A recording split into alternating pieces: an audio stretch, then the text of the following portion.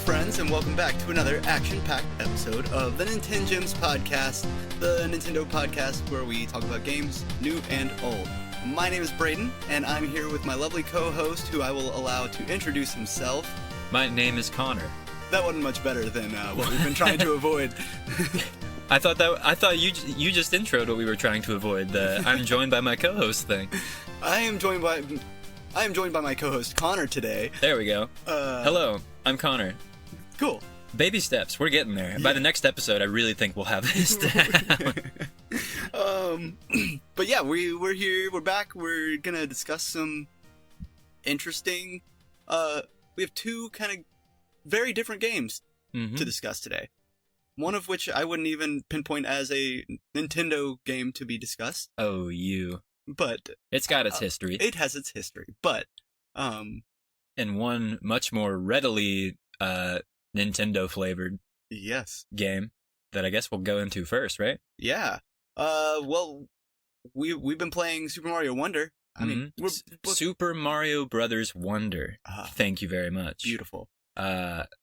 Which, I mean, I don't fault you for wanting to call it Super Mario Wonder. That's, I feel like that's what everybody's calling it. I think the official title being Super Mario Bros. Wonder is a little strange. Mm-hmm. It doesn't roll off the tongue as well. No. It definitely has both brothers and a lot of other characters, though. Like, oh, yeah. It's got a full cast. A very, very full cast. Yeah. But,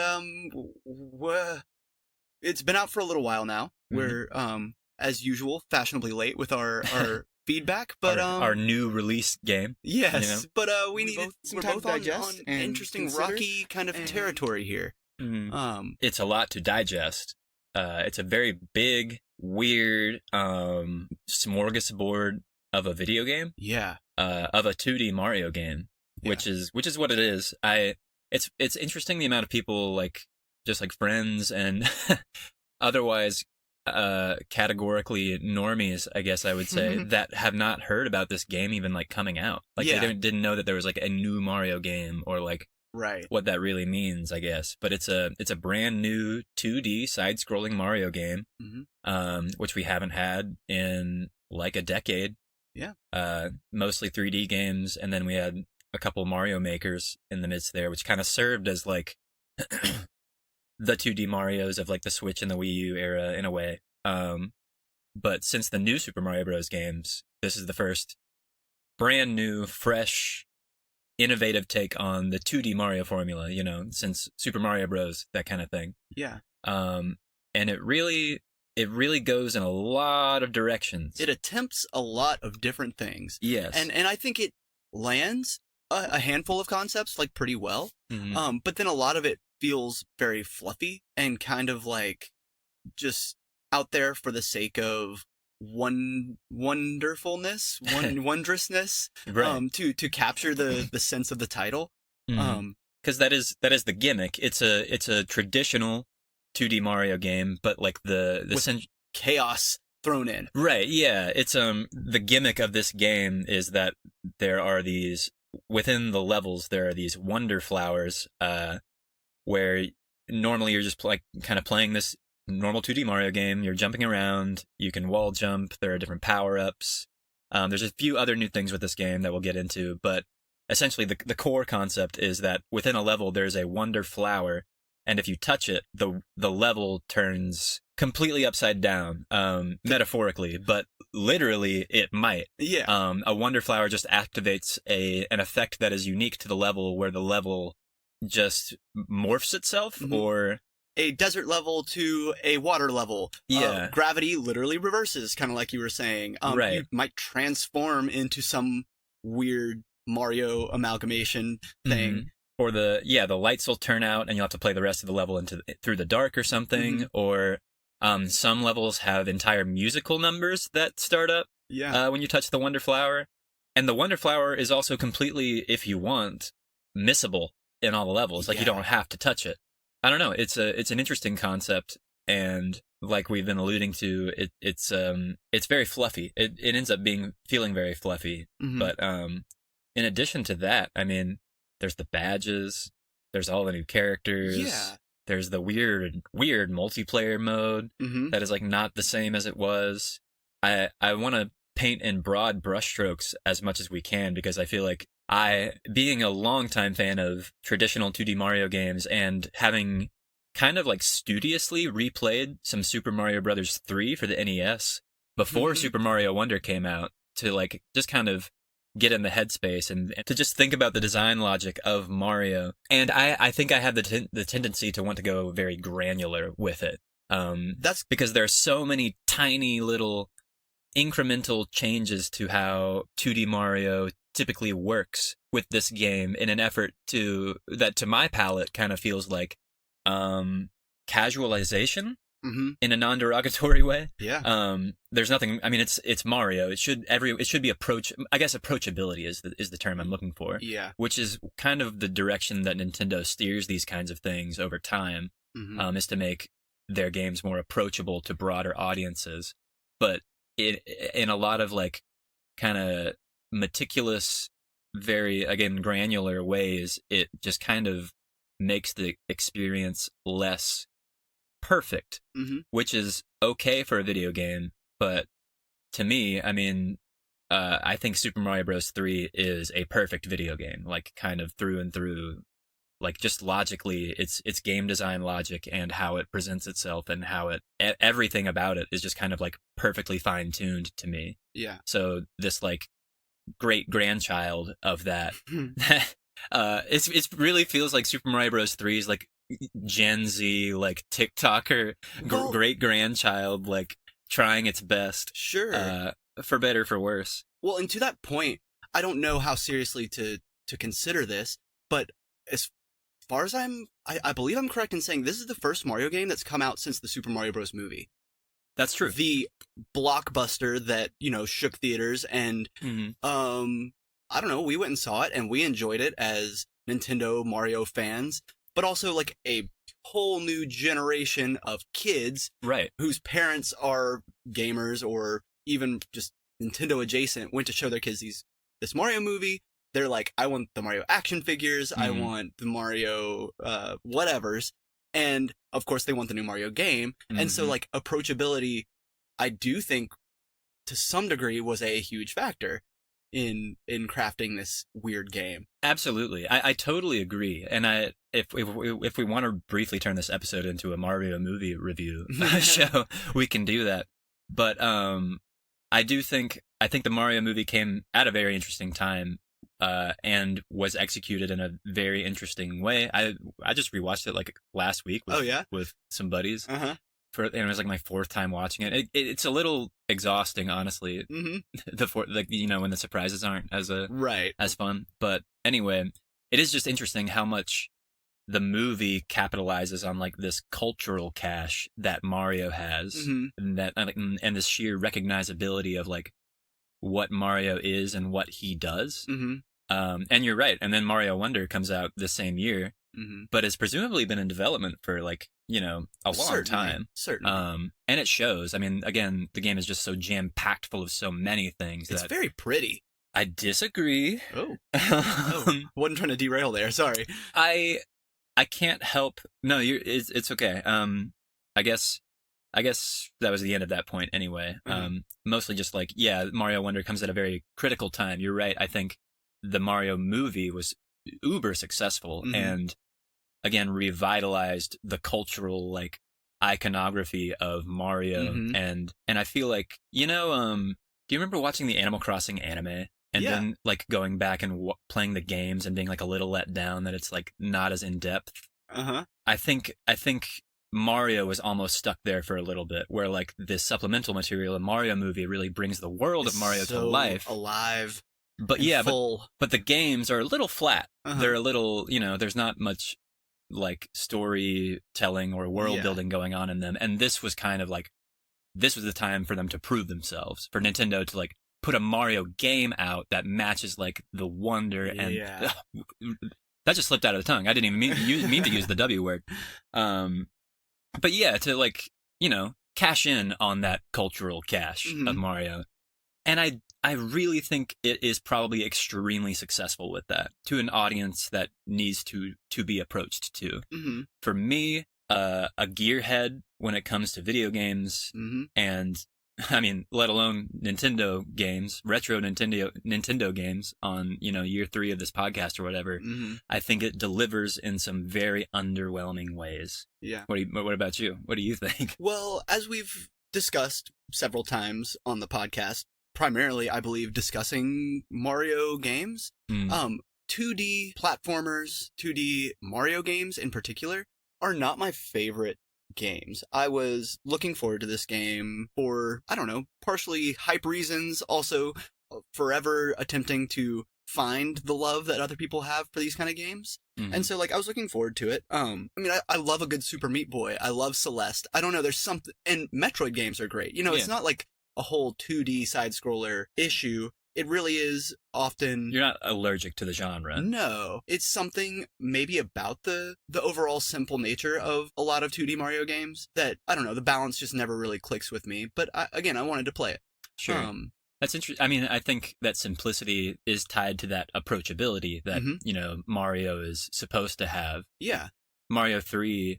on the NES, while hardcore by today's standards, that was approachable. I mean, its simplicity is in how it's presented. Yes. You look at the screen of Mario on the screen and you hold the controller and immediately it's sort of intuitively what to do and what it means and how to play it. That's the beauty of it. That's the simplicity of Mario. Absolutely. And I think this one just complicates it in some weird ways. That's my end of the day takeaway, is that it just feels very convoluted. It feels very, I think you've used the word fluffy. You use the word fluffy first. I think I would say noisy. Okay. I think a lot of it feels like unnecessary noise. That's pretty good. And to kind of steer it into addressing different elements of it. Yeah. The visuals, I think I can't help but appreciate and respect them going for something a little more unconventional for Mario. I think putting Mario through the experimental blender for any of the games, whenever a Mario game gets weird. Yeah. Paper Mario, Mario and Luigi, any of the spin-offs, whenever they let Mario material get visually or narratively weird and unconventional, is always deserves an A for effort. Mm-hmm. And I do like some of what they did with this one visually. But I think most of it is just uber colorful. Yes. Overly colorful. So many moving things on screen at once. Mm-hmm. I feel like it makes me feel like I sound old, especially after calling it the Zoomer game, the Zoomer Mario game. But it truly just feels like there's more going on than there needs to be. Mm-hmm. When there's this precedent of elegant simplicity and approachability. It just feels like an earnest attempt from them to be building an interesting looking world, but most of it is just kind of noise. Yeah. I have some issues with the wonder elements themselves, ranging from the wonder flowers, how they morph the level you're on, to the power-ups. I don't know. So the wonder flowers are weird in that I think the first weird thing is that, yes, you can miss them entirely. Yeah. It feels like that should be baked into the experience of the level. I agree. Or something. I agree. Even just start the level with the weird thing happening. You don't need to activate it. Because a lot of the levels, if you miss the Wonder Flower, are just kind of dull. They aren't, which I mean, I guess is supposed to compel you to find the Wonder Flower and to explore a little bit more. But it kind of, I think, so hold that thought, because it kind of feeds into how I feel about the power-ups as well. Oh my god, yeah. There's some cool new ones, so the elephant is interesting, and the drill is new, right? The drill is new. I forgot about one major thing that I genuinely have not even thought of all day today, and that's the talking flowers. I'm already done being egalitarian with this game. I'm going to start dunking on it and being mean because I remember the talking flowers, but go on with the drill, with the power-ups, because I have bad things to say about those too. Yeah. Well, so the power-ups, I have to give kudos to the Wonder Flowers in one direction in the levels, because each time you activate a Wonder Flower, it typically makes the level something new and fresh and different. And sure, there's probably one or two levels where the whole screen goes black and you have to walk through the dark and figure that out. And there's one or two where a spiny thing starts rolling downhill and you have to run from it. But still, they feel fresh and different once you activate the Wonder Flowers. The power-ups in a Mario game where randomness and magic and wonder are the themes, there's only like 4, 5, maybe 6 power-ups total. There should be a different power-up for every level. Or even if like it's not an elephant every level, it can have the same effect as the elephant, but you should be a different animal. Or I don't know, there should be the fact that the game at all can become predictable in some elements in a Mario game that is saying anything is possible.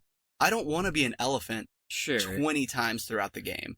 That's where just like a lot of the game feels at odds with itself, because it's still married to the traditional 2D Mario formula. It almost should erase power-ups completely. It's weird that the power-up system is there, let alone the 1-up and the live system.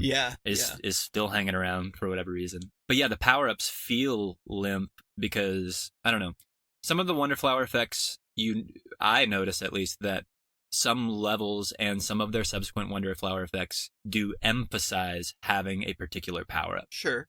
In some cases, but it's very inconsistent. It doesn't always feel satisfying, and if it's mostly to find like the hidden coins, like the hidden collectible coins. Like you need the drill power up to go up to a ceiling that leads to a different ledge kind of thing. Though what I did appreciate about that was that even if it sucked, it was still possible to get those collectibles without the power up. Yeah. But ultimately, I think I hear what you're saying. Like if the level is going like, there's so many threads.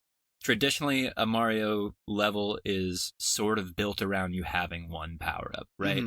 In the new Super Mario Bros. Games, you get the flying squirrel acorn at the beginning of the level, and then there's coins in the air, like through the whole level, so it's like you're supposed to have that power-up, right? Yeah. A 2D Mario game level is built around one central gimmick, and explores that gimmick, and then the level's over, and that's the beauty of it. But these levels are exploring so much. Yes. You can have a weird, wacky power-up that changes how you traverse the terrain completely, and then there's a Wonder Flower effect where the level turns upside down, or like you start moving in slow motion, and it can feel, I think that's what feels overwhelming about it. And then there's the different selectable characters that control differently and have different abilities, and then there's the badges that are stacked on top of that. Like there's too much variety, frankly, and that makes it feel like a very unfocused experience. Yes. Yes, all that is true and comes out of what I was saying. I think overall, there should have been 20 different power-ups, in my opinion. It's something that I agree. I totally agree. I think something that would appeal to a very primal Super Smash Bros. Loving part of my brain is if they did something that I think you talk about with different games, like having every Pokemon in one game, having all Pikmin types in one Pikmin game. I think if any Mario game would benefit from like a buffet style, here's everything we've ever had in a Mario game, it's this one. I hadn't taken the thought that far, but that's really cool. That's a great idea. I thought about that many times. I was like, with the badges offer different abilities. The power on top of the power-ups, which are already kind of more overpowered, than absolutely. Power-ups have been in a Mario game. It's like, why not just have like the Tanuki suit, the Hammer Bros suit, the Ice Flower? I miss the Ice Flower. Like, if we have like the liberty to kind of break the levels anyway, and play our own way, why not? Bring them all home. That's cool. That's a good. You have finalized that line of thinking for me now, because yes, that is like I think the closest thing to how it could have been done real. It makes me want like DLC or something. It makes it feel like if they wanted this to be like kind of like a live serve. I mean, dare I invoke it? But like a persistent Mario game, something that has like legs on it and continues to build itself. I don't know, bring back the old power-ups. I think that'd be sick. For sure. Playing this makes me want to play Super Mario Maker 2 as well.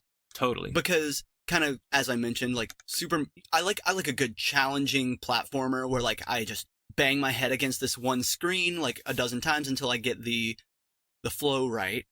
And there are a handful of levels where you had to like get some flow going. Sure. But overall, it can be pretty clunky and disjointed and... Or just overly breezy. Yeah. Yes, absolutely. And I know...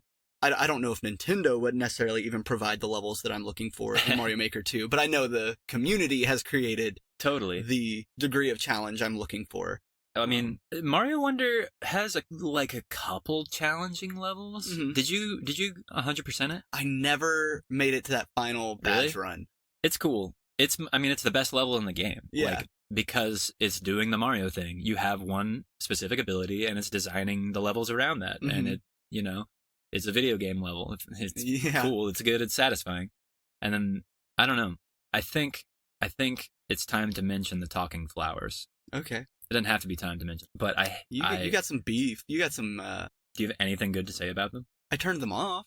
The best thing you can say about the talking flowers, anyone can say about them, is that you can turn them off. Yes. But, what were they thinking? And so just to dig down, is it the fact that, do they disrupt your mental state as you're going through a level and you walk past one and they, hey, you did great. Yes. It's just offensive to your ears and takes you out of the level, or it is horribly distracting. And they're very common. Extremely common. And just almost wholly pointless. Mm-hmm. They're so bizarre. So for the uninitiated, for this game, the designers, the producers, someone on the staff, presumably with power, made the executive decision that these levels are not self-explanatory enough, and they needed to add these talking flowers that appear throughout the game, and they have a little word bubble with dialogue whenever you pass by them. Mm-hmm. You don't press A or anything to interact with them.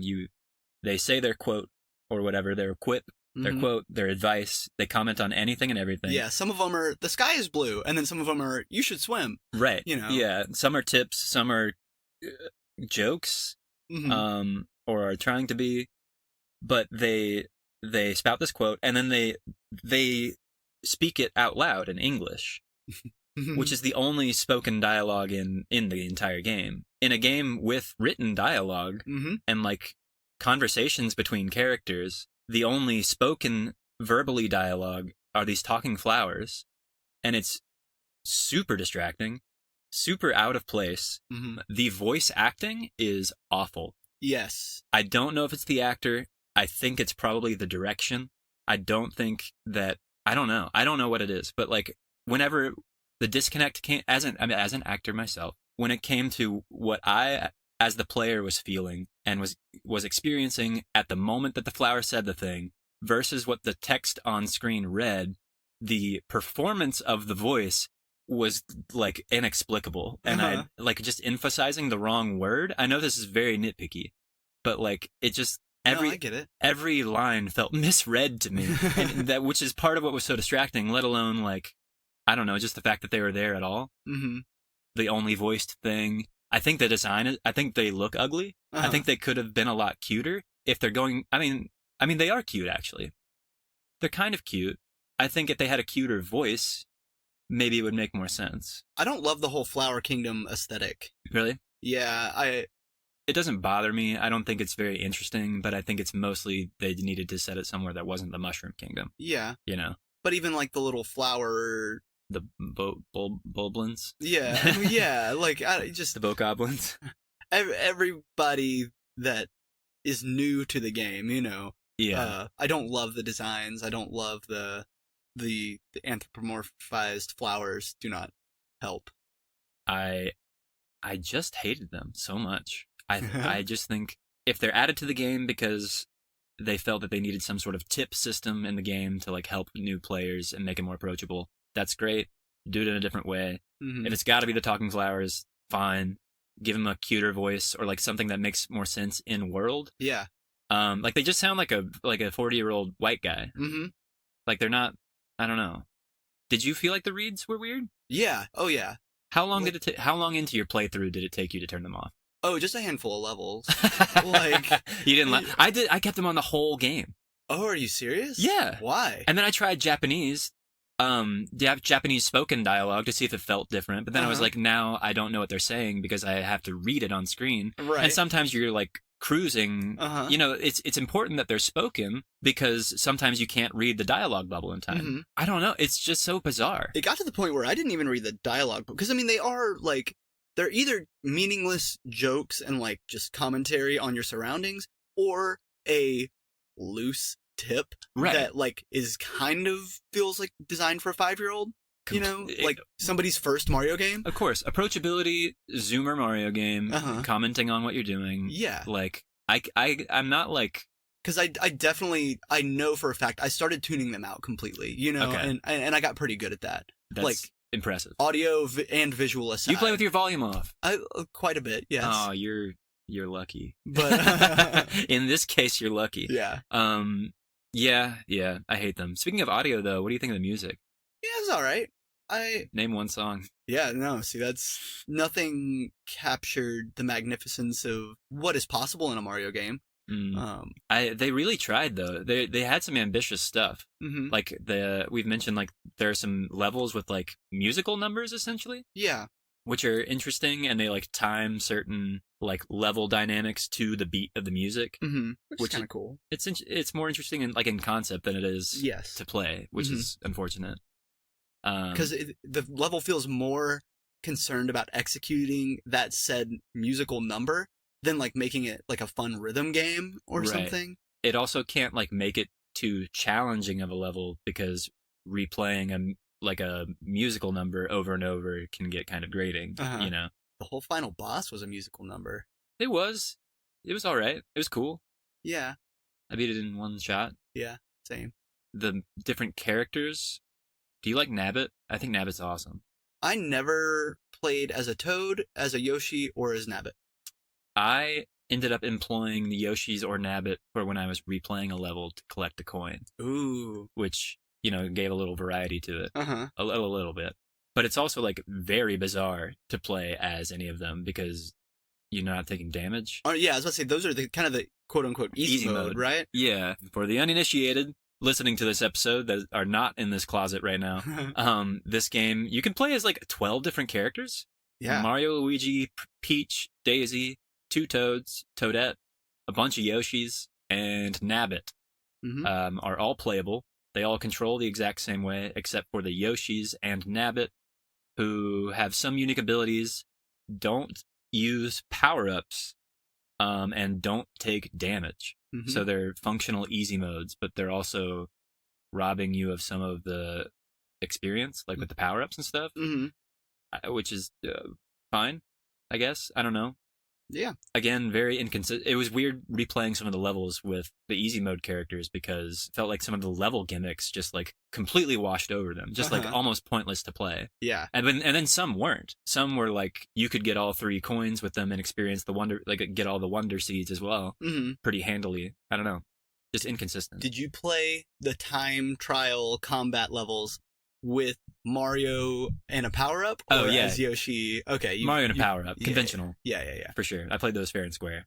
Those are tough. Yeah, they were. Some of them are tough. I liked those. That's kind of leading into something I wanted to say. I enjoyed some of the, like, side levels, like the little puzzle levels and find the hidden coins and things like that. I thought those were some of the best parts of the game, where you weren't just running through.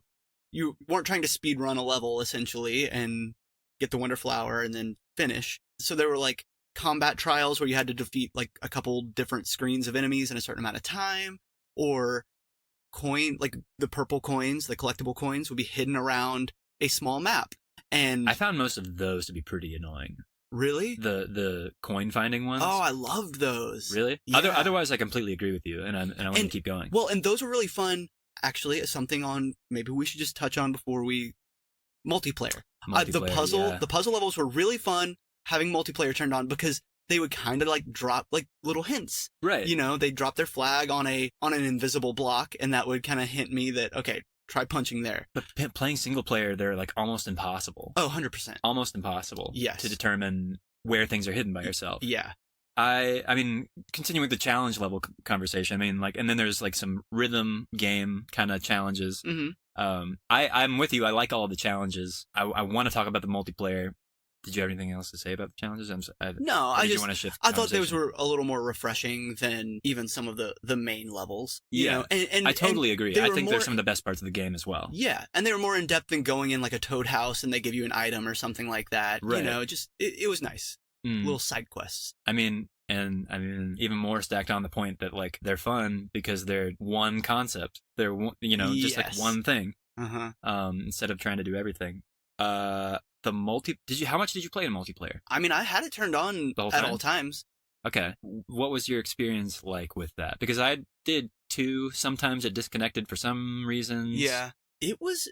And I never played in local multiplayer, I should also say. I did not either. Okay, no. Yeah, so I guess there's kind of a differentiation to make there as well. Because if you're playing local multiplayer, you are playing two characters moving on the same screen, attacking the same enemies. Collecting the same items. Yes. Yet, curiously, not in the previous 2D, multiplayer 2D Mario games, characters would bump into each other and, like, had collision with each other. And in this one, you pass through each other. I did not know that. It feels very, it's a lot like the online multiplayer. It's very passive. Yeah. In a way. Well, and so that is the thing to say about the online multiplayer is you're essentially seeing the ghosts of other players moving around you. You cannot interact with them. They cannot defeat an enemy for you. You see them running around in the background, sometimes giving you hints, like, they'll be placing little flags of their characters on said invisible blocks, like I mentioned. Sometimes they'll be giving you hints about the best way to jump over a big gap or something like that. And so, like, that's kind of cool, but you have zero interaction with them unless you die, in which case they can touch your little ghost and they'll bring you back to life, which absolutely saved me a couple times. Totally. I took advantage of that mechanic on more than one occasion, but I don't know. It's an interesting style of multiplayer that I don't know if even Mario is the best platform for it. I can see it happening in other games where like maybe it works better. I like the style of it. And I like the idea of it. I do agree. I think the execution is a little bizarre in some aspects. I mean, I don't know. I keep coming back to, like, I think it's just the levels. I think it's the weird tightness and rigidity of the levels that makes the practicality of the multiplayer feel, I don't know, negligible in some ways, but extremely necessary in other levels. Yeah. It's kind of necessary to say the difficulty of the levels is kind of all over the place anyway too. They have, every level has like that star rating, right? 1 to 5 stars on how difficult it is. And even those ratings, like not every 5-star level is like quite as hard as the other. Yeah. I felt like those were pretty sporadically assigned. And I agree. Multiplayer saved my ass many times, but I don't know. Do you feel like that cheapened the experience at all? No, I think that was a excellent use of wonder. I think it added to the overall experience of magic in this world and anything could happen kind of thing. There was some yes, maybe I did get disconnected sometimes because it felt like at some points there weren't people around me. Yeah. I think sometimes that was them like quitting the level or like game overing or finishing the level before you. Yeah. I ran into that sometimes too. Yeah. And I'm curious to see what it's going to look like in a year when nobody's playing Super Mario Wonder anymore. Right. Like I don't know, it's going to be more or less non-existent. How are you going to beat the find the coins levels? I don't know. I don't want to. Not going to be me. But for now, I don't know, it's a interesting way to incorporate online play. It's not offensive in any way. Like, people are not getting in your way, but can actually aid you as well. Yeah, I think I do think it's interesting. I don't exactly know what I would do to improve it, or how it can work better. I think it's mostly just feels weird to me because it feels like more maximalism. Yeah, just another layer of things to think about in this Mario game. I do think it could. I don't know if I really mean this, but I think it could have been more fun if the multiplayer people were solid and actually affecting the way your world. Yeah, they could stomp on enemies for you and hit the power-up blocks. That could be a more interesting way to have the game function. I agree. I think that, I don't know why. Well, I do sort of know why. Super Mario Maker 2 had multiplayer like that. You could play certain levels online with 3 other players, and they were fully like interactable, like you bumped into each other and stuff. And that game had like also really, really, really awful online connectivity. Like, I think it's just kind of Nintendo's relationship with online gameplay at all might have stopped them from doing something more like tangible with other players. Because even if you're like playing like a friend online, it's still the ghost system. It's not, you know. Oh, interesting. Okay. I don't know. It's interesting. Yeah.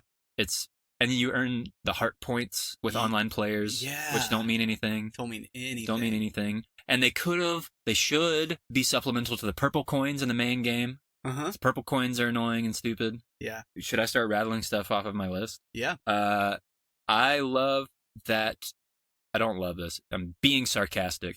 I love that when you get the elephant power up, it ruins the music for you as part of your power set. Whenever you collect the elephant power up, the main melody track in the music will change from whatever it is. If it's marimba or a xylophone or flute or guitar, it'll change to like this stupid ass low trombone because you're an elephant and it sounds like an elephant sound kind of.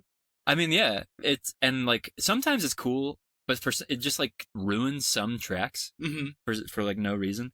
I think the drill power up should break through all blocks. When you hit a block, you bounce off. It breaks, but you bounce off of it. You land back. I think when you have the drill hat on, you should break through all blocks continuously. I think that'd be cool. The coin animations, you know what I'm talking about? Did you notice that? I don't know. The coin spinning animation is like stilted. Oh, weird. Because it's trying to like mimic the sprite animation from the old games. Ew. But it has like the interpolated frames. You know what I'm talking about? Getting very technical here. The tween frames. Instead of just being like bop, bop, bop, rotating. It's like bop, bop, bop. This This is an awful audio-only program. I'm making like a diagram for Braydon with my hands right now. The horizontal and the vertical sprites. Yeah. I think so. And then everything in between as well, like the diagonals. Right. Yes. Yeah. It looks very strange. And it's not to like the rhythm of the music or anything significant. I feel like the multiplayer is plagiaristic of Dark Souls. Yes. I feel like every game has kind of been trying to do like a Dark Souls multiplayer thing ever since.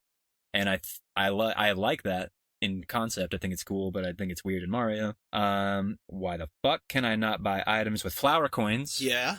Right? That was an issue I ran into in a lot of the levels, is that once you lose your power up, you're kind of done. You can't store power, or you can store one power up, but you don't have like an inventory. Accessing power ups is kind of rare and weird, which I thought was interesting. World 6 Wavy Ride has lava ceilings, safety. Oh, the safety bounce badge? Yeah. You get one bounce off of lava in a fall. Yeah. There's a level that has lava ceilings. Yeah. And those kill you. If you have the safety bounce badge on. Yeah. Oh, interesting. You don't bounce off of them, you just die. Yeah. I think that is dumb. I agree.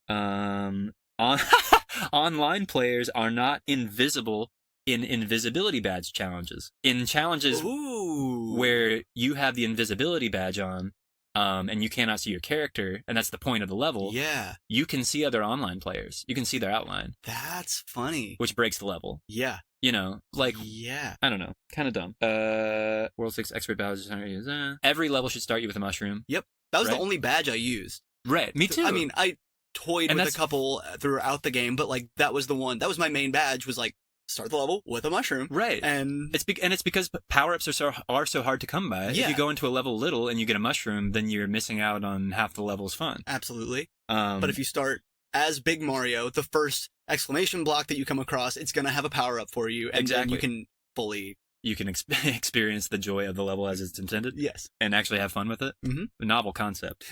And then the World 6 Expert Badge challenges start you with a mushroom, which I think is nice and how it should be. Special World Solar Roller is really fun online. I don't remember which one that is. Huh. Solar Roller. That was a special world, you said? Yeah. Special world was the best part of the game. It's true. I only started writing notes down at, like, the tail end of the game. And TBH, the normal levels that were in the special world, I didn't even like those. Like, there were a couple of special world levels that just felt like harder, like, side-scrolling levels. Right. Whereas some of them were like, time your jump, you know what I mean? It was like a platforming challenge. It was like something different and really difficult, and I really enjoyed those. I just don't know how it's so sporadic. Yeah. Some levels are awesome, and some of them are so dull and so uninspiring. Yeah. And there's so many levels. I think a lot of people were calling this game short. People I know, people I saw online. What do you think? Like, too short? No, I don't think so. Because there's only quote-unquote 6 worlds, you know? Right. I mean, I didn't 100% it like you did, but I made sure to play every level before I moved on to the next world. And so I didn't get all the collectible coins, and that's why I haven't completed the final challenge. Sure. But no, I think if you like took your time, and if you suck at the game and had to play like one level over and over again, like, you know, that could really pad out the time too. Sure. The more you play the level, the more you replay the levels, the more tedious they feel to play. Yeah. Which is unfortunate. Even if you're, you know, playing with like invincibility on or whatever. Yeah. But no, I don't think the game was overly short. Interesting. Did you? I understand the complaint because it does feel like there's fewer levels and worlds for some reason, even though cumulatively there's a lot. Yeah. Maybe it's just because you run through so many punchy concepts in like so short of time. Yeah. You know, like they kind of just like it's so rapid fire sometimes. Yes. I do feel like there was a lack of content overall. Like varied content. There's so much content though. When you zoom out and you look at it all, there are a lot of levels and a lot of ways to play all the levels. But a lot of it just ended up feeling kind of samey. Maybe that's because I played these levels the same way or something. Maybe. But I did spend like a full 25 to 30 hours, I think, you know, getting through the bulk of the game. Yeah, same. I think I'm about like 25. And so like for a 2D Mario game, not bad. Word. But kind of bad. Like game wise, just not ideal, not the best, not Nintendo's finest game. To sort of bring it home for me, at least, it was around World 5 or 6 when two things happened. I realized both that I was expecting perfection from this game, which is unfair, but it was from a place of appreciating the previous like what came before it, and the precedent set. And I don't think I was wrong to expect, you know, maybe not perfection, but something really fine-tuned because the precedent was there. But, you know, and it's also not a crime that it wasn't that. Yeah. But also, I think the game just kind of got better around World 5 or 6. I think the world, like, structures and, like, both World 5 and 6 had, like, narrative stakes, sort of. Like, the caves, there was, like, the miners. And right. In the lava one, you kept, like, descending downwards. Yeah, that was kind of cool. Yeah, they had, like, interesting things going on. And prior to that, they were a little, like, the world structures were a little less interesting. But I don't know. And even the levels themselves, I feel like, were better in those worlds. I did end up enjoying myself towards the tail end. And then obviously with the final levels, I think the really difficult special world levels are the best ones there are. Sure. So if you're persistent with the game, I think there's stuff to like be mined out of it, value. But I don't really know. I don't know. I don't feel the need to revisit it like almost ever. It doesn't feel like a totally replayable Mario game, which is so weird. Didn't it get really good reviews? Oh, yeah. Like, did it get any 10s? I feel like I saw some, like, 10s in some places, and I don't think it's, like, quite deserving of that. Sure. Well, I mean, to your point, it's the most cumulatively full Mario game, like, maybe ever so far. Yeah. And with the sheer approachability and the amount of ways that you can play it, I mean, while it's not fine-tuned, tweaked to perfection, it's almost perfect just in that, like, there's enjoyment to be squeezed out of it from anybody. It still carries that torch in a way. It's losing the flame a little bit, maybe, the more it goes, but I don't know. There's something to be said. I was playing it, and Hannah, my wife, was like, that looks fun. Can I play? And we never played. But something about what she saw stuck out to a non-gamer. Right. I mean, I think I'm just a fuddy-duddy. I think I'm just an old head. Yeah. Maybe you are too. Yeah, I don't know. I'm somewhere in there. I'm closer to that end of the spectrum than someone who thinks this is a brilliant Mario game. I think circling back, just like the precedent of a Mario game, Mario's cultural cache, what you expect when you pick up a controller for a Mario game is different for everybody. Everyone has a different, everyone, like kind of everyone on Earth, maybe at this point, knows what Mario is and who Mario is, recognizes Mario, but, we just have different expectations than other people. Yes. I have one final thought. Yes, before we move on. And I just don't even know how much I mean this, but I do think, like, weirdly enough, I think Bowser's impact in the game, in any Mario game, plays a big role. Like, the stakes. Like, whether Bowser is intimidating or a threat to me and he's very goofy in this game. And hardly plays a role at all. And they also just, like, totally did, I mean, like, it's not copying, but it's kind of the same thing as the streamers from Origami King. Oh, the origami castle and the streamers, and you eliminate the streamers one by one. And this one, you remove the colored clouds, piranha plant things. Yeah, and from a central location that's also Peach's castle that you return to at the end of the game. Yeah. That whole thing. They did that again for this one. I don't know if you noticed. I noticed, but I agree. Yeah, Bowser. He was kind of in the backseat most of it. Yeah. Bowser Jr. was like the threat. Yeah. I don't know. It's kind of like who cares? Who cares? The Bowser Jr. fight's also not great. Not great. Let's say it. Yeah. Anyway. Right. Play it if you want. It's just about essential playing on the Switch. I mean, start with Odyssey. You'll have more fun. Correct. I think this game totally tries to learn lessons from Odyssey and does not wholly understand what makes Odyssey successful. Yeah. In many ways. Play Super Mario Superstars. I don't know if you're looking for a Mario game. All-Stars. Superstars. Superstars? Hell, Super Mario Superstars. Mario Party Superstars. Oh, Mario Party Superstars. I think you said Super... Yeah, I don't know. Who cares? Yeah. Dude, play Super Mario Maker 2. Yeah, maybe so. Get the Nintendo Online subscription and play god darn Mario. You can play Super Mario Bros. 3 on the Nintendo Switch NES collection. You can play it in the Super Nintendo collection on the Super Mario All-Stars, the Super Nintendo version of it, where you can save at every world. And then you can even play it on Super Mario Advance 4, Super Mario Brothers 3 on the Game Boy Advance collection. And you can save whenever you want. There are many ways to play Super Mario Bros. 3, the best Mario game there is, and do that instead, probably. Yeah. But also, I mean, I don't know, play Mario Wonder. You'll probably love it. I feel like anyone can love it. I don't know if they'll love it. I think they'll like it. Everyone can like it. Yeah. Even more damning. Well, speaking of Nintendo... Let's take a hard right turn into the M-rated territory of the Nintendo sphere. Or we can take another hard right turn and just turn 180 degrees and go into the PlayStation sphere. Okay, yeah. We could start there. I mean, I don't know. I guess it's not where it all started. MSX is where it all started. Right. But Metal Gear Solid is one of my favorite games of all time. Sorry. And I think it's one of those, I think it's among the pantheon with Super Mario Bros. 3. They're both up in heaven. They both made it through the pearly gates, and yet they're still with us today. Yeah, and I got a new version of it. Yeah? I got the Metal Gear Solid Collection. Metal Gear Solid Essentials Collection, is that right? That's... Volume 1? Yes, it's Volume 1, which is interesting. I'm curious to see what that means in the long run. Yeah, the collection just came out on Switch and all other platforms. Yeah. And I've never played a Metal Gear or Metal Gear Solid game before. Right on. I've played almost all of them. And so I don't know, I texted Connor from Target. I'm like, should I get this? And he didn't respond, so I got it.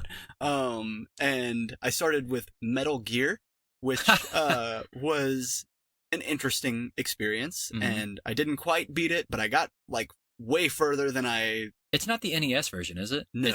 Is the NES version anywhere on it? No. Okay, that's interesting. Yeah. I don't know. I had heard so much praise about Metal Gear Solid. I'm like, let's see where this comes from. And I anticipated playing like Metal Gear and then Metal Gear 2. What is it called?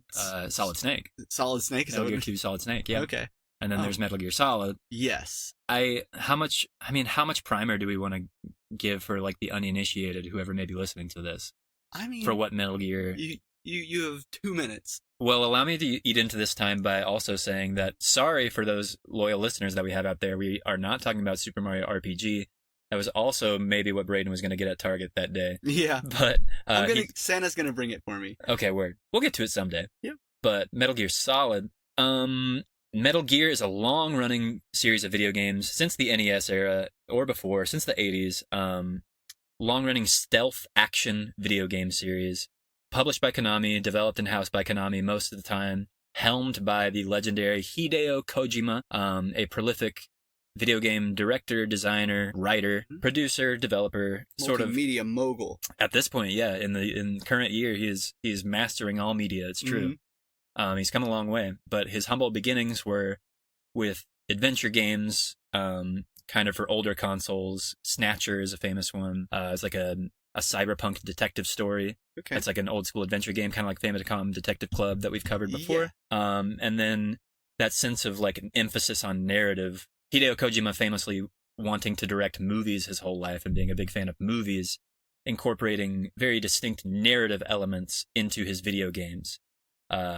Starting with the Snatcher era, sort of, also the Metal Gear games, and then Metal Gear Solid came out for the PlayStation in 1998, same year as Legend of Zelda Ocarina of Time, same year as Final Fantasy VII, and was properly hyped for being an extremely narratively cinematic video game at the time. The precedent was set sort of with the Metal Gear games, which came out before Metal Gear Solid. The naming conventions get a little confusing. This Essential Collection comes with Metal Gear 2, and then Metal Gear Solids 1 through 3. Yes, is that correct? That is correct. Cool. And we're talking about Metal Gear Solid 1 primarily. Originally for the PlayStation. I played it on the PlayStation, and to replay alongside Braydon while he was playing the Nintendo Switch version that just came out, and I ran into some hardware issues.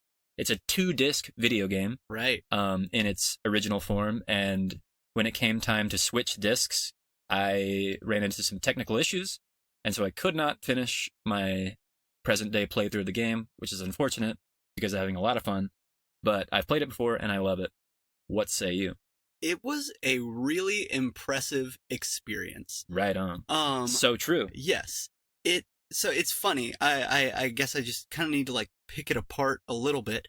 It was not the most fun game, that I've ever played. There were some, and a lot of this can be attributed to the fact that this is a PlayStation 1 game, and I feel like I need to be giving it more credit for everything it crammed onto these 2 discs. Totally. I would say you're correct. And like ease off like the judgment of some of the gameplay functions just a bit, because like it did so much for for the hardware it was created for. Back to my point though, like at times I was frustrated with just like the way the game felt. Like sometimes like a camera angle would get a little off, or I'd be frustrated by the lag time between like hitting an enemy and being able to hit them again, which is very much a modern day staple, and so like, you would shoot an enemy and they would start flashing for 3 seconds before I could shoot them again. And then maybe they'd shoot me in the meantime too during their invincibility phase. And I'm like, it feels old kind of, but I don't know. The whole game is very immersive from the main menu. So like before you hit new game, I had started Metal Gear, I didn't finish it, and I knew that these were very like lore heavy games. So like I kind of sifted through, and like there's a whole briefing tab where there's like 45 minutes worth of voice acted, the whole game's voice acted, but just snippets of conversation for Snake's briefing before. Is it between him and the Colonel? Yeah. Okay. Is it audio only? No, no. So there's not like 3D models. It's like the comms chat, like pictures. Right. Because that was in the Twin Snakes too, but it was an animated cutscene. It was interesting. Oh, no. And I don't think that briefing was in the PlayStation version that I played. Oh, interesting. Maybe. So I don't know. Yeah. Interesting part of the collection maybe. Right. And it also, like, there's a whole tab with, like, 20 pages per game kind of describing the events of Metal Gear and Metal Gear 2. I guess I should add on to, not only is the entire Metal Gear franchise known for emphasizing narrative, but that narrative carries over heavily between the stories of each game. It's not like a Final Fantasy thing where we're on Final Fantasy 16 this year, but none of them have to do with each other. You can play any of them.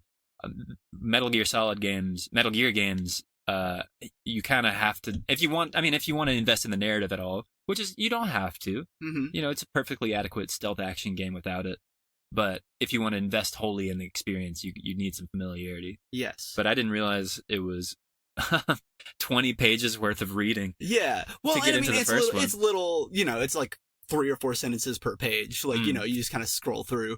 But still, like, I mean, upon playing Metal Gear, the old one, the original Metal Gear game, I was like, there's not much story going on here. But then they make like 20 pages out of what I should have gleaned from the 3/4 of the game that I did play. I don't know if all that even came out of my mouth in I know the what right you mean. order. But so yeah, that was even before I hit new game. And then you go in and it's like the closest thing I can kind of refer to would be Splinter Cell. Like, I've played more than a handful of the Splinter Cell games.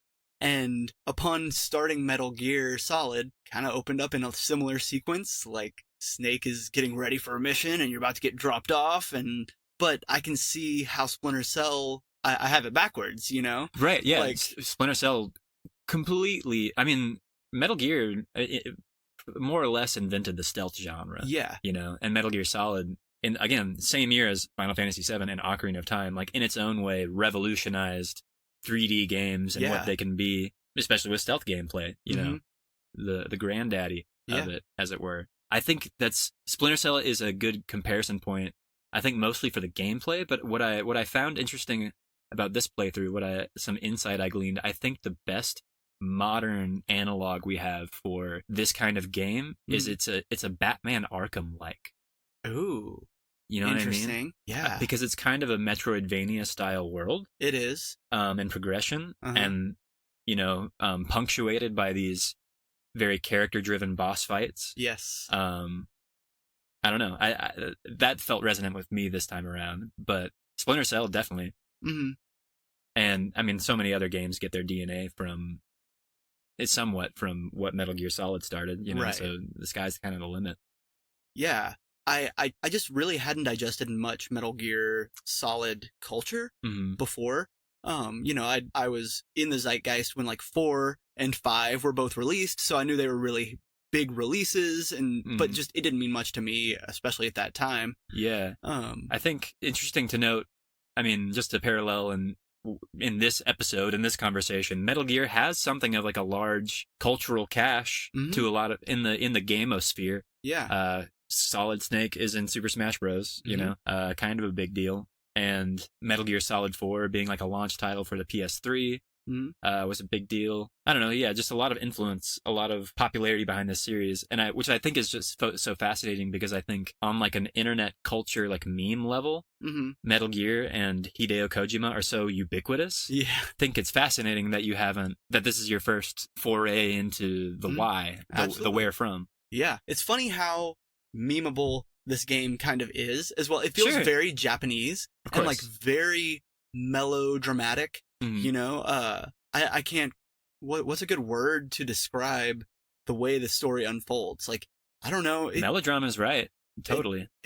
Yes, like you're saving the world from nuclear fallout and like it's a political thriller, but then I don't know, girls start getting involved and like, you know, and love stories, you know. Can love bloom on the battlefield? Yes. Dude. And so it's just funny kind of the different beats it hits, but it makes it feel like such a full experience. Of course, I mean, you know, it's a well-told story. I mean, all in all, it's not well told by like a conventional means, because I feel like for a film enjoyer, it's completely gratuitous. There's so much dialogue. All of the dialogue is conveyed over a mostly static screen, even though it's voice acted. You know, literarily, it's like not the most sophisticated thing ever. But for video games, and especially at the time, political intrigue, the imminent threat of nuclear warfare enters, like, stitched in with this character melodrama. It's kind of like the Final Fantasy IV stuff that I was talking about. Sure. That one predates this game by 8 years. There's something to be said about a game from this era's potency at telling a story that is so ambitious, doing it so ambitiously, but yet still successfully. Like the cutscenes, archaic as they are in Metal Gear Solid, for being PlayStation 1 3D models, are like choreographed and blocked in interesting ways. Absolutely. I do know, in good ways, I will say. Sure. Well, and I do know that part of like the meme culture online is that like playing at least a modern day Metal Gear Solid game is just like you're gonna watch 4 hours of movie, right? And in a way, we as modern audiences are blessed by the constraints of the PlayStation 1, so that we don't have to watch 4-hour cutscenes. I can see how it bloomed into that. Yeah, but it's just, it is fascinating. It's fun, and I do think, again, I'm not wrapping up the conversation, but wrapping up what I've been saying with a nice little bow. The gameplay just feels stilted at times based on PlayStation 1 hardware, and I'm very excited that this collection comes with like Metal Gear Solid 2 and 3 to see just how much smoother the overall experience can get on the gameplay front, just because I can see it being a blast. But my biggest nitpick was just being frustrated with just how clunky that old video games all are, Sure. The subsequent games add to and innovate on existing mechanics. But there's something about the punchiness and the arcadiness of Metal Gear Solid 1 that never really comes back. Mm-hmm. They're all really, they all have some old school sensibilities about them. They iterate on each other, rather than like totally adapting to contemporary standards. Sure. Totally flipping what Metal Gear Solid is and feels like, its identity. It never goes full run and gun or anything like that. Or full like third person shooter. Yeah, yeah. But yeah, I think what I missed playing the other ones and what I revitalized with this playthrough of 1 was just, like the relative simplicity and punchiness of how few weapons there are. Everything that's in the game kind of like has a distinct purpose. Yes.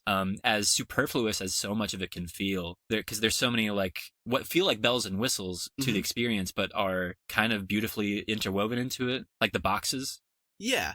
The boxes. You ever use the boxes to stealth? That's something I wanted to talk about. Okay. That I feel like is kind of shifting the conversation maybe momentarily. Sure. But stealth didn't feel like a huge part of the game to me. Okay.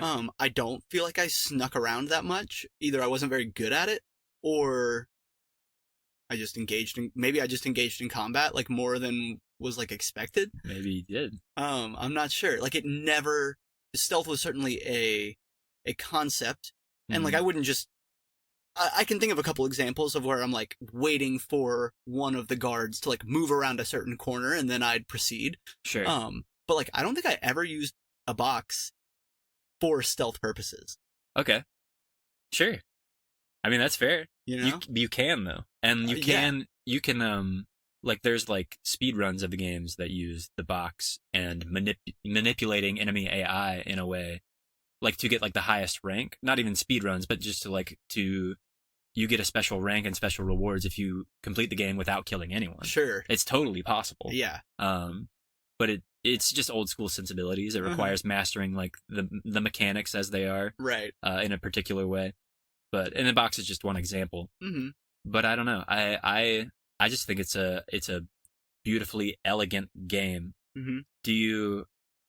Were you frustrated at all with like the camera? That is so. When I said that Snake kind of moved in a direction, I didn't feel like I was moving him. Mm-hmm. I feel like that basically boils down to just some of the camera angles. Like when the camera would shift, like, sure. I would still be holding left, but the camera shifted in such a way that Snake needs to be moving up. Like reorient himself. Yes. Right. And like that happened a couple times, but I got used to it after dying a couple times at whatever juncture it was. Sure. But like, I don't know, the cameras weren't overall infuriating. I don't think they are almost at all.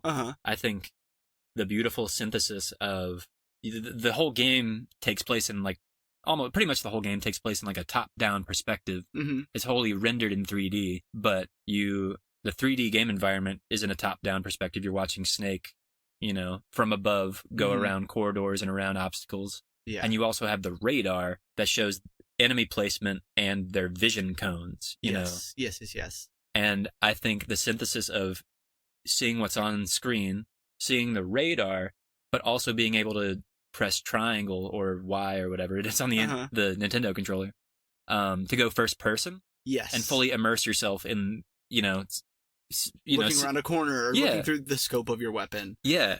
It feels rote to us contemporarily because, of course, there's a first-person view, but the game functions pretty much completely well without the first-person view, but it's there, I don't know, it's there to immerse you in it. It's there to make it feel more cinematic, I guess. It is very cool. I think one of my most frustrating moments with the whole game was the sniper wolf fights. No! Well, so it's one of the best boss fights. No, it is cool.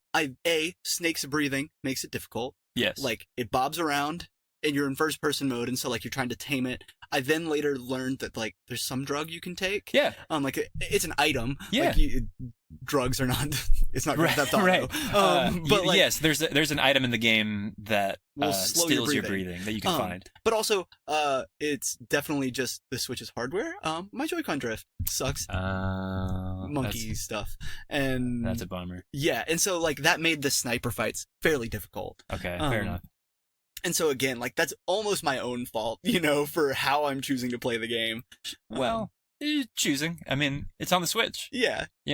Why not? But yeah, so that was my one issue with the first person. Sure. But otherwise, yes, like being able to just pop into first person and look around. I think it's the dichotomy of that I like exploring of good game versus cool game. Mm-hmm. The overhead view and the radar make it a good game because you can all the necessary information is on screen. Mm-hmm. But pressing triangle and going first person to see Snake's perspective makes it a cool game. Yeah. Dude, the music is so good. It is. The music is so good. Mm-hmm. And I'm not only saying that, but I'm mostly saying that because the music in the Twin Snakes version sucked ass. Really? So bad. They changed enough of it that off the bat. But we can get to that. We can talk about this Twin Snakes at some point. Mm-hmm. Well, and I think the last piece of just big credit where it's due, and to my understanding, Hideo Kojima keeps doing this throughout time, but just like totally kind of flipping what the expectation of media is and how to play a game. There's just, at this point in history, I don't think they're necessarily spoilers. So I don't know. Do I just like kind of rattle off a couple of what? Oh, like just like the fun, like Psycho Mantis? Like Psycho Mantis, the code is on the back of the box, the case, or whatever, the CD case. Mm-hmm. Yes, hold those thoughts because I think those are fun parlor tricks to the elegant beauty of the game, which is that like everything in the game is completely diegetic. Like you don't even really need the manual of this game or a guidebook.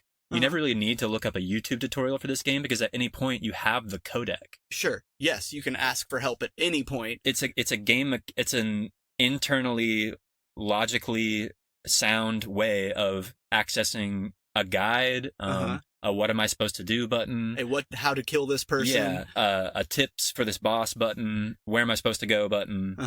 You have this codec where you can contact this cast of characters that's supporting Snake. Mm-hmm. At any point, and I just think that's beautiful. I think that's great. Oh, that's a great call out. And there's no inventory. You press start and it just pauses. Yeah, it's like a quick grid, kind of swipe through what items you have. Like right, and just like snappy. I think that's part of the arcadey action of it. Yeah. A lot of internal systems that just like work on a fundamental, really simply effective level that are accentuated by these other fun little parlor tricks that.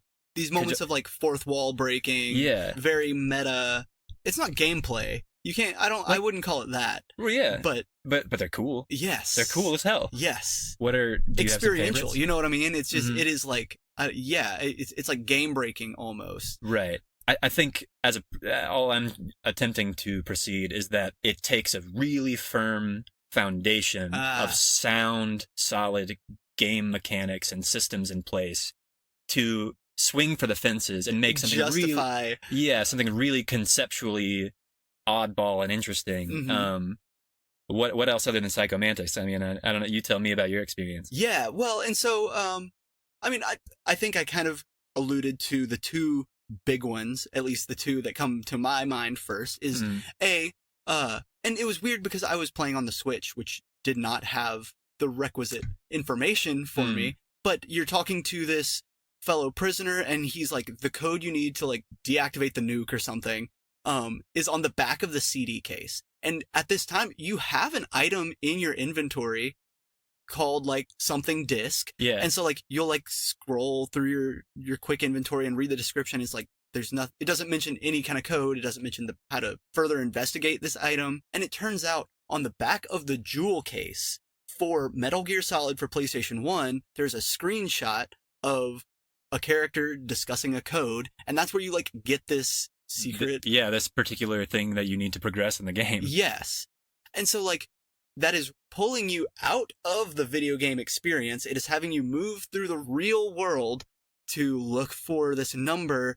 And so, like, it is wholly inoffensive how this character even brings it up. You know what I mean? It doesn't feel like an imposition. Yeah, it's not, he's not joking, it's not funny, and it's not tacky either. You know what I mean? It really, it feels like an attention check. Yeah, that, but I mean, I felt smart like Solid Snake. I felt like a spy. I'm looking for clues. Yeah, you know what I mean? It really brought me into the experience further, even though I am searching on my phone. A screenshot of the back of the Metal Gear Solid case. Well, that's interesting. I would hope that the Essential Collection would have had something within the software itself to give you that hint. There might have been, but they definitely did for the second example we can talk about. Psychomantis. Sure. Very, very famous. I knew there was a trick to expect from Psychomantis. Like, I knew I was part of that kind of... I had that information before playing this game, but I didn't know what was going to go on. But so he can read your mind. Psychomantis can access your thoughts. And so in gameplay terms, you can't hit him. Like, he's predicting your moves and he's dodging your punches or your bullets or whatever you have going against him. And so you need a way to subvert that. And again, back in the good old PlayStation day, or any console that it was re-released for, you would move your controller from the first player slot to the second player slot.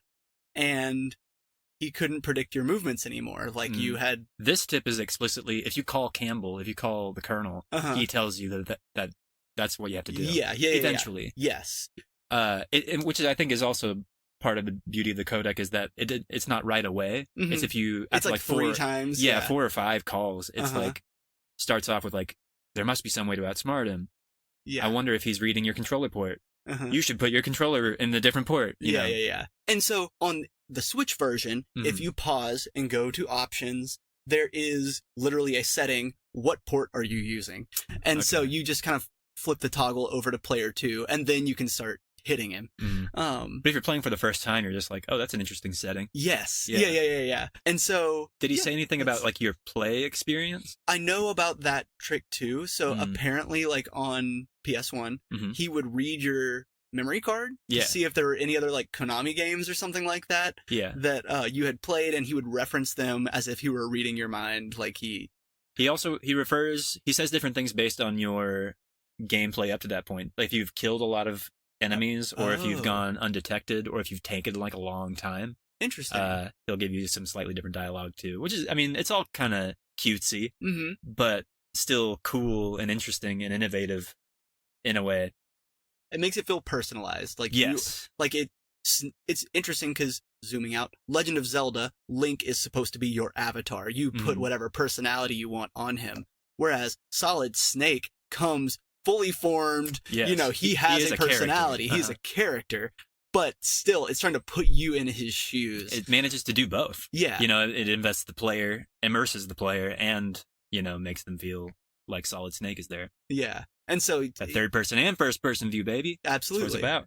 And so it was just really neat theatrics that they've implemented into this video game. Again, just for the 500th time on a PlayStation 1, something, I can't think of an analog to an N64 game, Boy, Hybrid Heaven's trying. Yeah. A little bit, not hard enough. Yeah. I mean, yeah. And I'm curious, because Hideo Kojima, I don't know, at the Game Awards, he announced some multimedia project. It's part game, part interactive film. So I just know he's known for implementing these weird... gimmick is a derogatory term for what he's doing. Sure. But, so I'm curious, as the series goes on, I do intend to place Metal Gear Solid 2 and 3, and somehow 4 and 5 maybe, I don't know. Knock on wood, they ever come out. Yeah, 4 will be a interesting one. Yeah. But I'm curious to see what kind of tricks are still up his sleeve. I mean, if you're going into them expecting tricks, you're not guaranteed to walk away disappointed. They do some incredible, cool, fun, wonderful stuff in different ways, than the first one. Yeah. I don't know. I think I don't know. Expectations not too high for the trickery, but there's still some trickery. I don't know. Yeah. I don't know how to be excited about it for you and downplay it at the same time. Fair. What do you think 2 is going to... what do you know about 2, Metal Gear Solid 2? I know 2 is a sequel, 3 is a prequel, 4 and 5 are still sequels. That's about all I know. Do you know who Raiden is? No, that's who I thought. I've observed Metal Gear Rising being played before, and so I know the name Raiden. I thought that... what was the ninja's name in... Gray Fox. Gray Fox, yeah. I thought, for a while, Gray Fox was Raiden, just based on, the characters that I knew existed. There's, a sword ninja in, all of them, more or less. Whether it's... depending on whatever character it is. Yeah.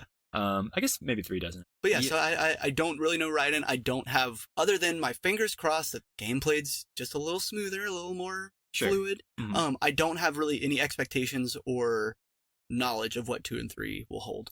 That's so incredible and so awesome, and I am excited for your experience. Yeah. What a rare phenomenon, I feel like. To be so immersed in games as we are, and yet be experiencing these games with the naivety of a child. Yes. Yes. What a blessed position to be in. 2 is awesome. 3 is probably my favorite. Yeah. 3 and 1 are kind of I think they're both pretty perfect. Mm-hmm.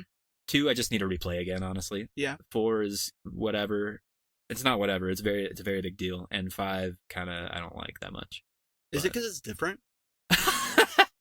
No.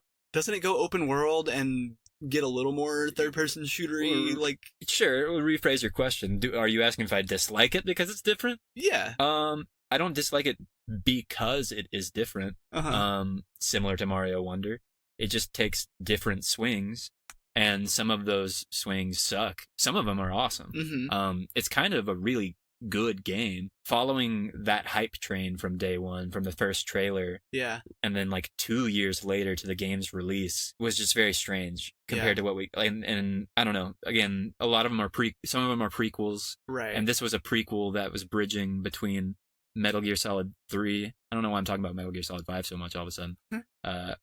3, the end of 3 and the beginning of 1. You put 5 in there, right? Oh. But that's weird. It should be a home run. It should, exactly where it starts and where it ends, and the story you show, whatever. It felt very spelled out, but it did not, it wasn't about what it was promised to be about, which was also part of it. Yeah, part of the deception of it. Kojima, he's an auteur, but Metal Gear Solid 5 also had Konami interference. I don't know. I am a big nerd about the Metal Gear franchise and have been for a long time. I first played these when I was in high school. Mm-hmm. I have the Metal Gear. Shoot, is yours called the Essential Collection, or is mine called the Essential Collection? I think mine's just Metal Gear Solid Collection, including Metal Gear 1 and 2. Okay. I have a box set of Metal Gear Solids 1 through 3 on the PlayStation 2. The Metal Gear Solid, I think mine's the Essential Collection. Master Collection. Yours is the Master Collection. That's the one that just came out. Mm-hmm. Gotcha. Well, I'm a big Metal Gear fan, but I also don't know what the hell they're called, apparently. Sue me. But yeah, I'm excited about your experience. Mm-hmm. I don't know. It's a really easy franchise to be super duper nerdy about because obviously the story stuff is just like such a huge, stupid web. Yeah. But it comes with you kind of playing it in sequential order without much expectation is the best way to ingest it. You know? Yeah. Not through any lore threads or Wikipedias or anything. Mm-hmm. What's the girl's name? Meryl? Meryl. Yeah. Is she a fixture? Is she like a series? Not they as literally much. speed away into the sunset on a snow bike. Yeah. And I'm like, oh, I didn't know Snake had a girlfriend. And that just makes me think like she's not. Like, look, it doesn't go unaddressed for the rest of the games, but I will repeat, there's a beauty in the succinctness, the self-containedness of the first Metal Gear Solid before it gets like super convoluted and like tries some things, may or may not nail the execution, but then has to like retcon and rationalize those further explain. That's where 5 fumbles the ball. Is like there's so much lore built up, and then you set up that lore to mean this thing. But then you try something else new, and it just complicates it even more. That's kind of like where 4 and 5 go. Interesting. But Meryl, she comes back for one of them. It doesn't matter. Okay, fine. Just enjoy it while it's here. Well, and I also... But she rocks, doesn't she? She was great. And cool. I also, like, I was like, oh, I wonder if Snake's like some kind of James Bond figure that I don't... He's got like a different girl in every game. Like, yeah, he's like a... Because game's kind of pervy. Totally. Hideo Kojima is a huge pervert. And he gets away with it. Like, I am a white male saying this, so correct me if I'm wrong, whatever listeners we have. But like, it doesn't feel like overtly offensive. Sure. But like, I don't know, just they talk about like Meryl's butt a lot and like how you know she's a woman because like she walks. Yeah, and like there's just a couple weird things like that. I was like, that seemed out of pocket. Yeah. There's definitely some misogyny throughout the series. It does get worse. In some ways, I don't know. It's kind of a mixed bag. It feels very Japanese. Let me be clear. Sure. You know what I mean? Like, I think so. Sure, it's somewhat cultural. Like panty jokes. You know what I mean? Yeah. Like, just I feel like that to me is very like anime, manga, Japanese culture-y is just like girl potty humor.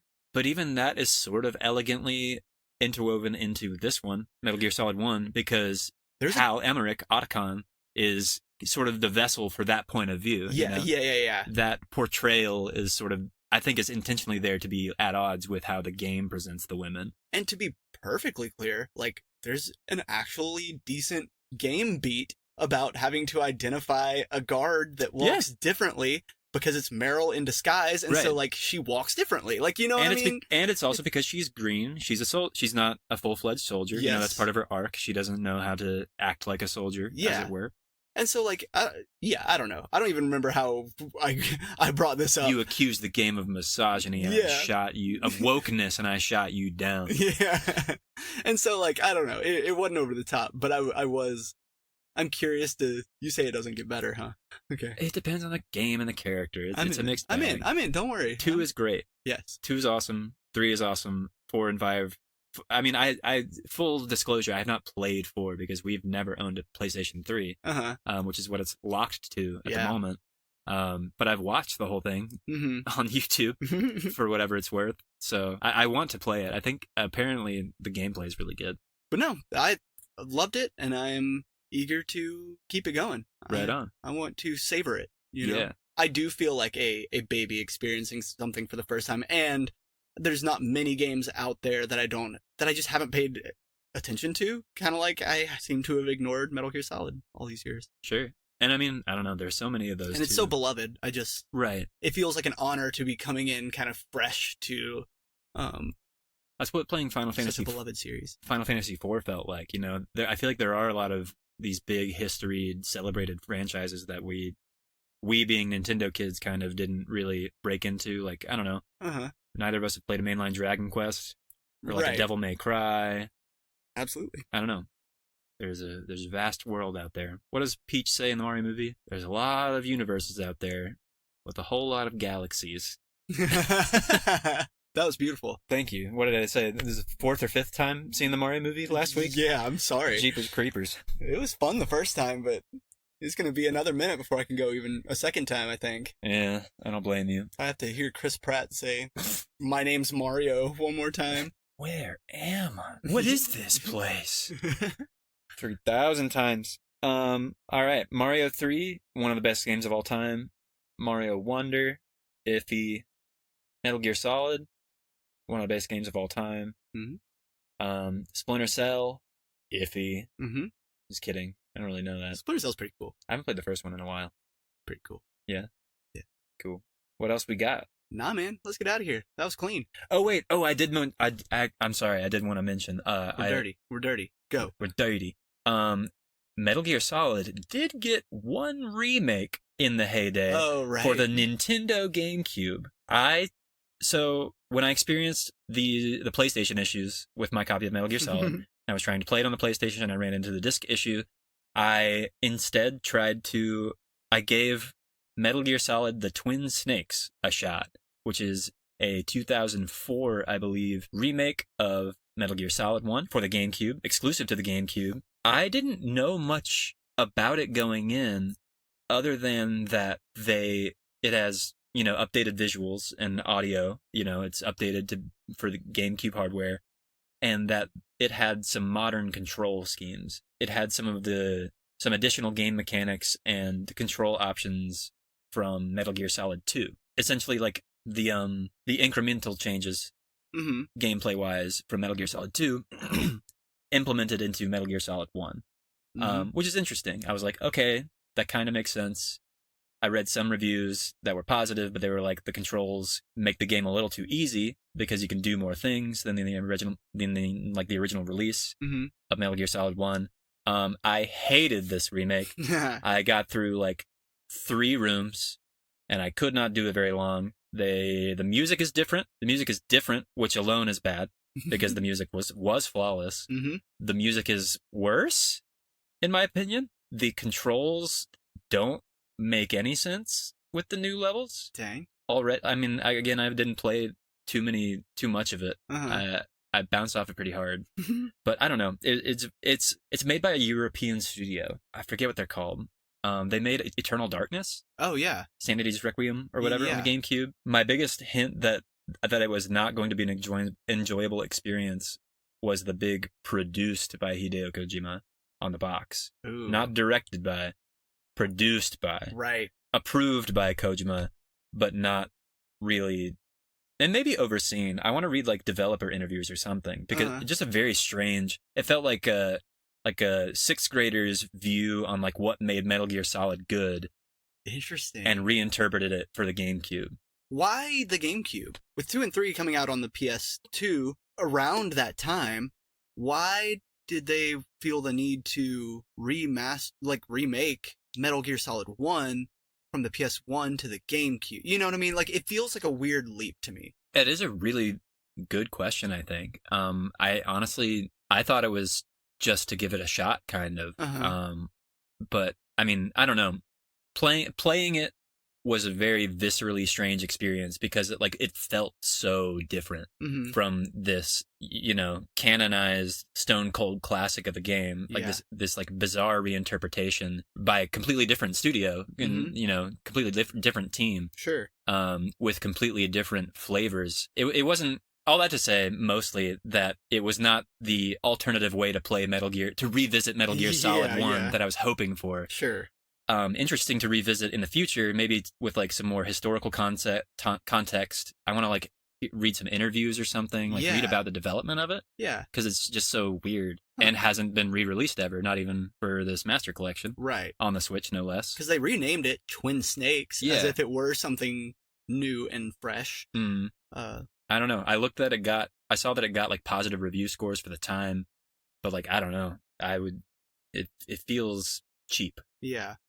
The closest kind of movements I can think of would be some like Resident Evil N64 games remastered for the GameCube. Resident Evil 4 got moved to the PS2 all kind of around that time. And so like the idea of a remaster for even a one generation earlier had been done, but it was a little less certainly less ubiquitous than it is today. You know, remasters and remakes. Yeah. But nevertheless, like an interesting early remake, relatively speaking. Yeah. You know, 20 years ago, what I would deem as like a failed attempt, but you know, just interesting nevertheless. Right. How are you feeling?